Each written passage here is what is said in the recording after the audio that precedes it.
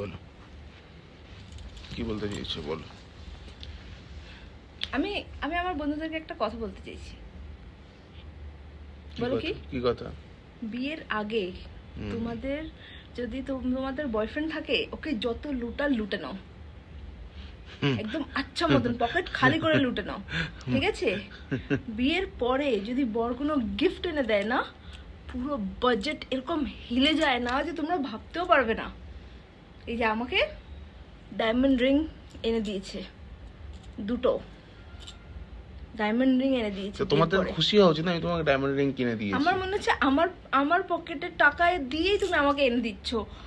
হ্যাঁ, Swiggy জোম্যাটোতে order করার আগে না এরকম হাত কাঁপতে থাকে যে একটুখানি মিন্ত্রা থেকে কিছু শপিং করবো, ওটার জন্য না হাত কাঁপতে থাকে। তো বিয়ের পরে কিনলে না পুরো বাজেট হিলে যায়।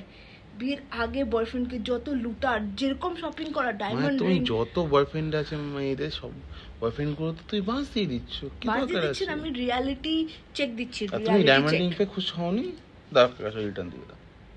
খুশ হয়েছি, লোকেরা ভাববে কি আমি কত খুশ। আমি জানি আমার বাজেট কিরকম হিলে যাচ্ছে। এরকম হিলছে, এরকম হিলে যাচ্ছে, দিয়ে দাও। কি একটুখানি ঘুরতে যাবো তাও ভাবছি আরে অ্যাকাউন্টের তো টাকা খতম হয়ে গেছে, এখন কি করব আমি? কিছুদিন পরে যাবে। ওটাই তোমাকে বলছি না, মেয়েদেরকে বলছি। আমার বন্ধুরা যারা আমাদেরকে ফলো করছে ওদেরকে বলছি আমি, বহুত রিস্কি জিনিস, ঠিক আছে? তো বিয়ের আগে যত লুটে নাও।